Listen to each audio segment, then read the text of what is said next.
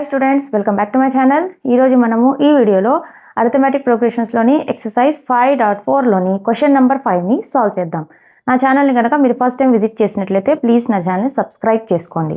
Question number 5 వచ్చి a small terrace at a football ground comprises of 15 steps, each of which is 50 meters long and built of a solid concrete.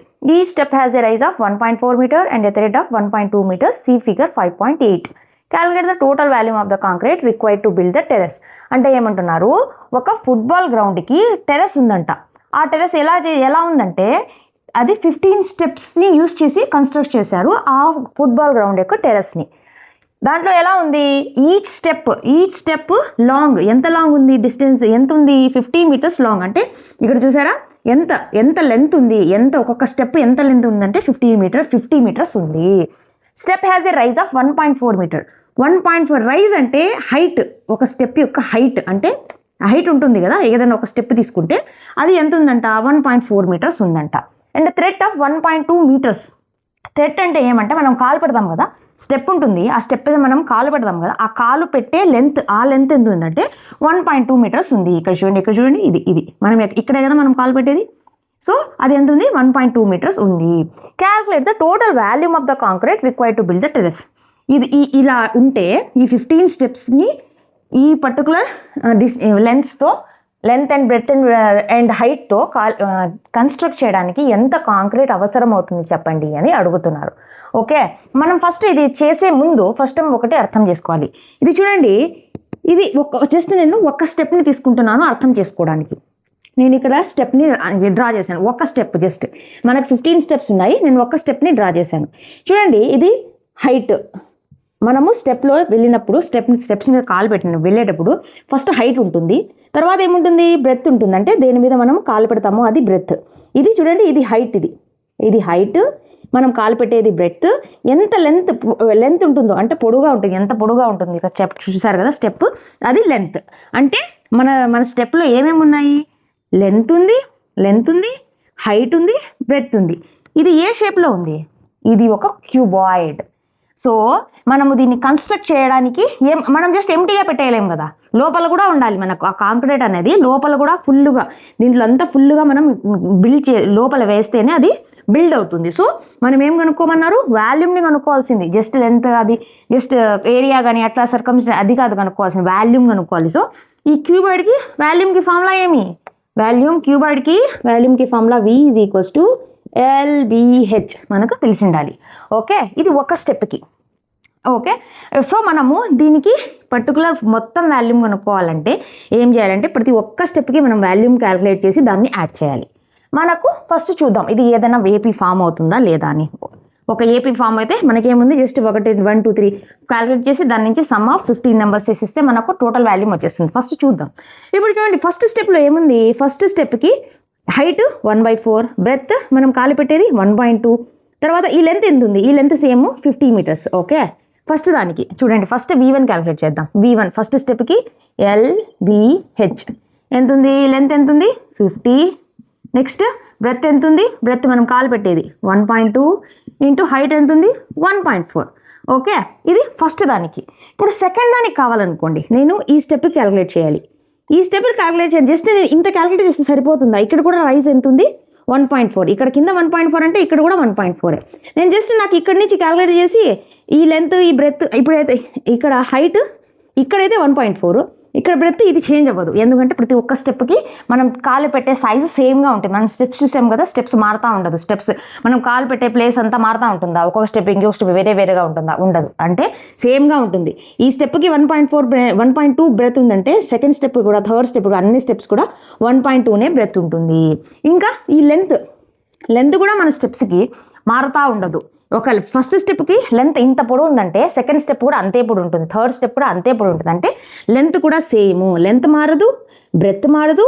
ఇంకా చూడండి, ఈ 1.4 second స్టెప్కి ఇక్కడి నుంచి అయితే 1.4, కానీ నేను దీన్ని కన్స్ట్రక్ట్ చేయాలంటే జస్ట్ ఇక్కడి నుంచి జస్ట్ ఒక స్టెప్ ఇక్కడి నుంచి వేస్తే సరిపోతుందా, కాదు, నాకు ఇది కూడా కావాలి, కిందది కూడా కావాలి. అంటే ఇక్కడ 1.4, కింద ఫస్ట్ స్టెప్ ఇది కూడా 1.4, అంటే ఇది మొత్తం ఎంత అవుతుంది, 1.2 అవుతుంది.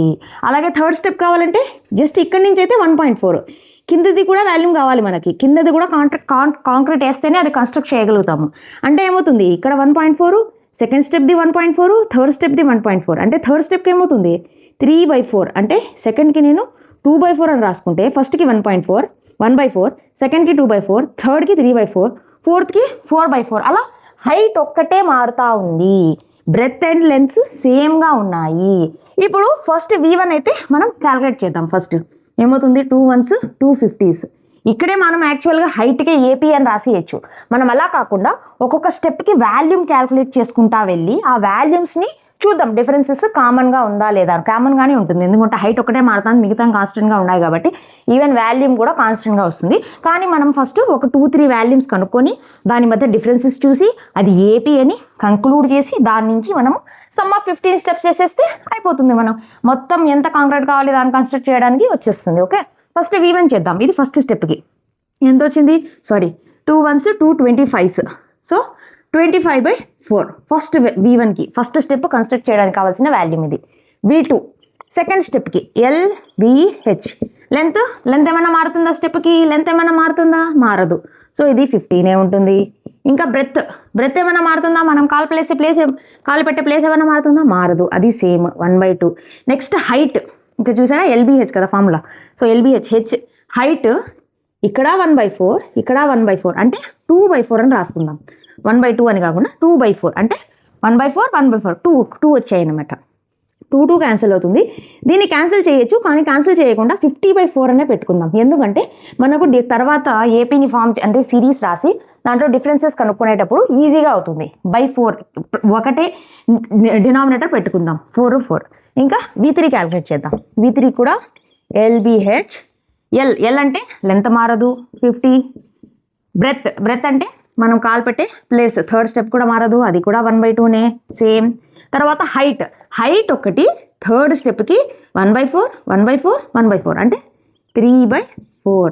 ఇక్కడ కూడా 2 1s 225s, అంటే 25 × 3 75/4. ఓకే, 3 క్యాలిక్యులేట్ చేసేసాం. ఇప్పుడు దీన్ని ఒక సిరీస్గా రాసుకుందాం. 25/4 ఒకటి, తర్వాత 50/4 ఒకటి, తర్వాత 75/4 ఒకటి, డాష్. ఇప్పుడు third step, fourth step till 15 step వరకు మనకు పోతూ ఉంటుంది. ఓకే, ఇప్పుడు మనము దీనికి మధ్య డిఫరెన్స్ క్యాలిక్యులేట్ చేద్దాం. డిఫరెన్స్ ఏమ్గా వచ్చిందంటే ఇది ఒక AP అని కంక్లూడ్ చేసి మనము AP అయితే మనము సమ్ ఆఫ్ 15 నెంబర్స్ కనుక్కుంటాం. Okay, first D = A2 - A1. A2 అంటే 50/4 మైనస్ A1 అంటే 25/4 = మనము LCM సేమ్ 4 వస్తుంది. 50 - 25, 50లో 25 అయితే 25/4. Next D A3 - A2. A3 వచ్చి 75/4 మైనస్ A2 వచ్చి 50/4. LCM 4 సేమ్ వస్తుంది. 75 - 50, 75లో 50 పోతే 25/4. చూసారా, దీని మధ్య డిఫరెన్స్ సేమ్గా ఉంది. అంటే ఇది ఒక ఏపీని ఫామ్ చేస్తూ ఉంది. It is an AP. ఎప్పుడైతే ఏపీ అవుతుందో మనము 15 స్టెప్స్కి వాల్యూమ్ కనుక్కోవాలంటే 25/4 + 50/4 + 75/4 వీళ్ళు ఎన్ని స్టెప్స్, 15 స్టెప్స్ అన్నారు. అంటే ఏమని 15 స్టెప్స్ అంటే n = 15 అని. సో మనం కనుక్కోవాల్సింది S15 అంతే. సో S15 అంటే మామూలుగా SNకి formula రాసుకుందాం. SN = n/2 × 2a + n - 1 × d. So ఇప్పుడు మనము S15 కనుక్కోవాలి కాబట్టి n value 15. 15/2 × 2 × a value first number of our AP 25/4 plus n value ఎంత 15 - 1 × d వాల్యూ ఎంత, ఇక్కడ ఆల్రెడీ క్యాలిక్యులేట్ చేసాం 25/4. ఇక్కడ వేస్తున్నాను. సో S15 = 15/2 అట్లే పెడదాం. 15/2 × నేను దీన్ని కొంచెం పైకి డ్రా చేస్తాను, ఇక్కడ డ్రా చేసేస్తాను, నాకు అడ్డం లేకుండా ఉంటుంది. ఇది వచ్చి లెంత్, ఇది వచ్చి హైట్, ఇది వచ్చి బ్రెత్. ఓకే, ఇది ఒక క్యూబాయిడ్. ఓకే, ఇప్పుడు మనము ఓకే 15/2 ఇంటూ ఇక్కడ 2 1s 2 2s అంటే 25/2 ప్లస్ 15లో 1 పోతే 14 ఇంటూ 25/4